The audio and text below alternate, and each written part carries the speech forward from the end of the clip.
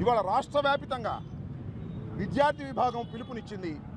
మన గుంటూరు జిల్లాకు చెందినటువంటి చైతన్య రాష్ట్ర అధ్యక్షులు, అదేవిధంగా మన జిల్లాకు చెందినటువంటి నవీన్, వినోద్ వీళ్ళందరూ కలిసి పిలుపునిస్తే భారీ ఎత్తున అంబేద్కర్ విగ్రహం దగ్గర మేము నిరసన చెప్పాం.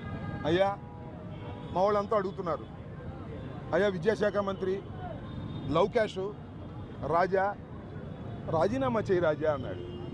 ఏమైనా చేస్తాడు కానీ రాజీనామా చేస్తాడా? అయ్యే పనేనా అది? అయ్యా నువ్వు రాజీనామా చేయొద్దు, కాసేపు అనుకుందాం, సిగ్గుంటే రాజీనామా చేస్తావు. నీకు ఆ సిగ్గు ఎక్కడుంది? నీకు లేదు, మీ నాన్నకి లేదు. డబ్బులు పోగేసుకోవటం, మోసాలు చేయటం తప్ప రెండో పనే లేనటువంటి కుటుంబంలో ఉన్నటువంటి వ్యక్తులు మీరు నారావారు.